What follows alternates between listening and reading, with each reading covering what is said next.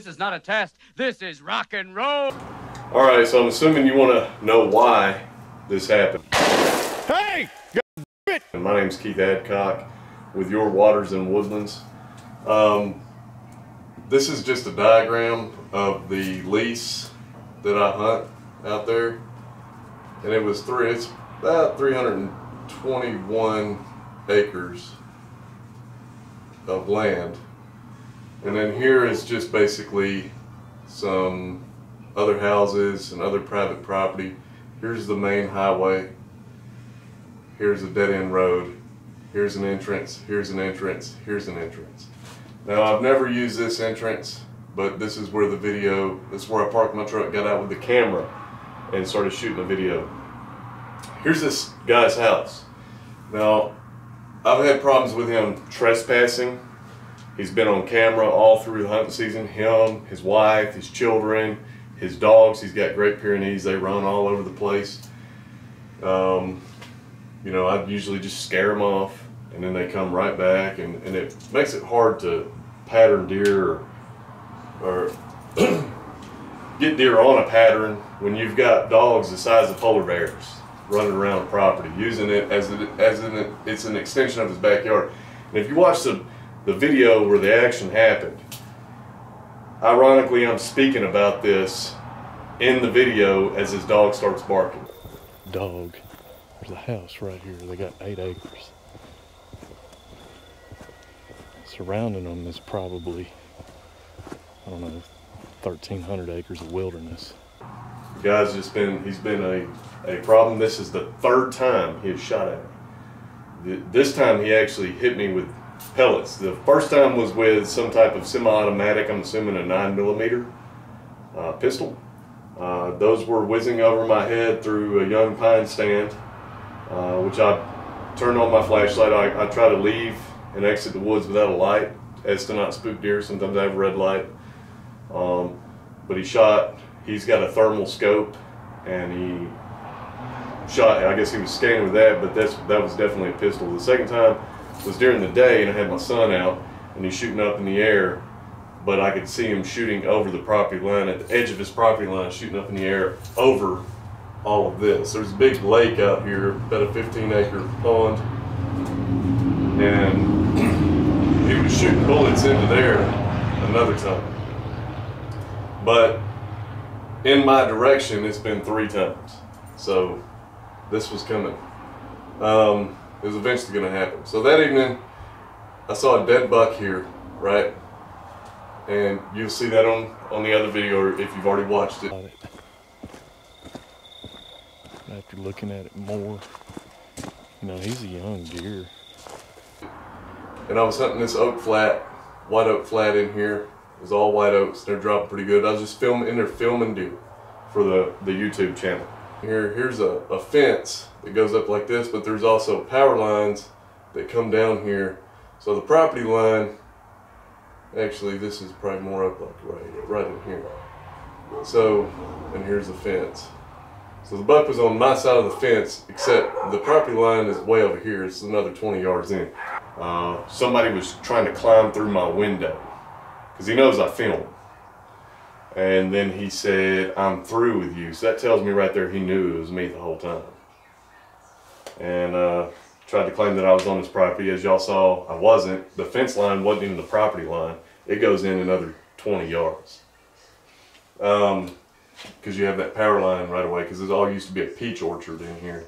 And it operates a big freezer and everything. But it burned down in 2011. And the whole place burned up, which was good, but bad, because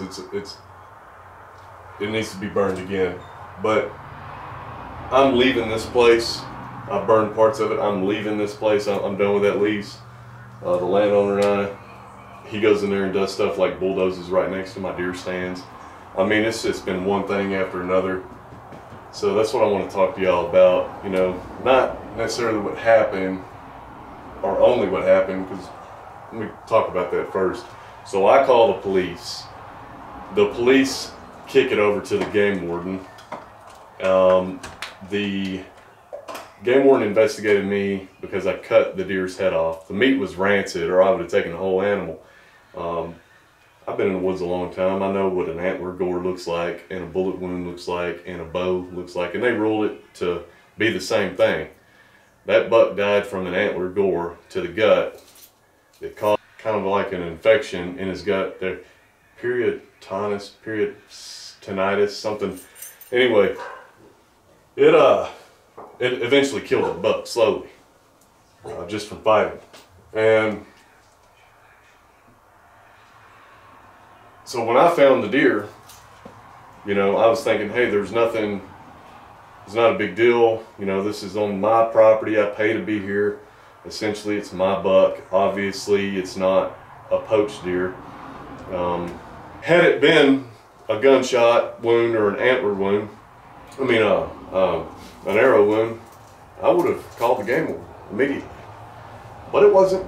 It was an antler gore. So I left the game warden out of it because now this is a criminal case where this man has shot at me across the property line.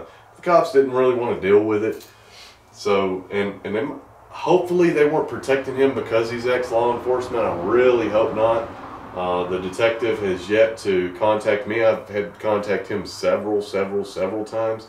I gave them evidence of on a thumb drive of what happened, the video y'all saw. And they don't know where it's at. They didn't tell the game warden anything about the shooting or anything. So when the game warden came in here, he actually walked right in this room where I was talking about it at the time when he walked in. And he was, you know, nice. I don't have anything against game wardens. Same as law enforcement. I mean, as long as you're out there trying to do the right thing. Now, they're just humans. So, you know, you want to handle it as, you know, tactfully as possible. I thought about getting an attorney, and I figured, you know, what's the point of that? The guy doesn't have anything. I don't want to sue him. I just want him to take a little spanking. Like, his firearm should be taken away for a period of time, 3, 4, 5 years. I mean, just I've got proof, text message, evidence of talking to him and talking to the landowner that he's shooting at me.